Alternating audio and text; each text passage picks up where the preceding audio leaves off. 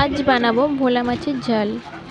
যারা ভোলা মাছ খায় না তারাও একবার এই ভোলা মাছ রান্নাটা খেয়ে দেখলে বুঝতে পারবেন কতটা সুস্বাদু টেস্টি হয়েছে।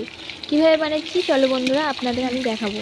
প্রথমে আমরা ভোলা মাছগুলো বেছে ধুয়ে নিয়েছিলাম, তারপরে নুন হলুদ ঝাল দিয়ে আমরা মাখে রেখেছিলাম। তেলে সর্ষের তেল দিয়ে উনুন জ্বালিয়ে আমরা ভেজে নিয়েছিলাম।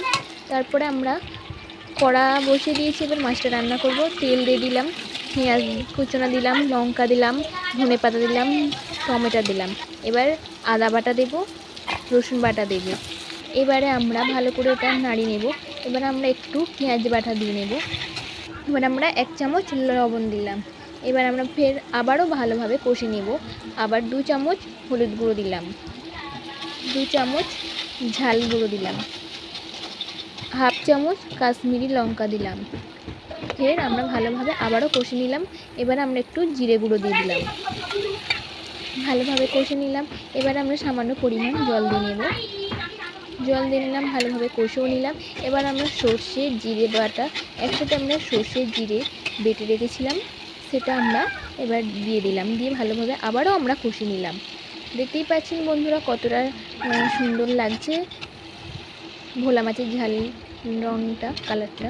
এবার আমরা অল্প পরিমাণ জল দিয়ে নাড়িয়ে নিলাম। এবারে আমরা ভালোভাবে নেড়ে নিলাম, আবারও সামান্য পরিমাণ জল দিয়ে নিলাম। জল দিয়ে ভালোভাবে আমরা নাড়িয়ে নিলাম। এবারে আমরা ভালোভাবে এটা ফুটে এসেছে, তরকারিটা ফুটে এসেছে, ঝোলটা। এবার আমরা মাছগুলো, ভোলা মাছ ভাজাগুলো আমরা ঢেলে দিলাম। ঢেলে ভালোভাবে নাড়িয়ে নিলাম। নাড়িয়ে আমরা ধনে পাতাটা ছড়িয়ে দিলাম।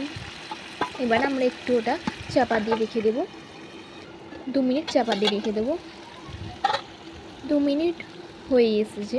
এবার আমরা এটা, আমাদের রান্না কমপ্লিট। এবার আমরা একটু জিরে গুঁড়ো ছড়িয়ে দিলাম। আমাদের রান্না কমপ্লিট। এইভাবে আপনারা যদি রান্না করেন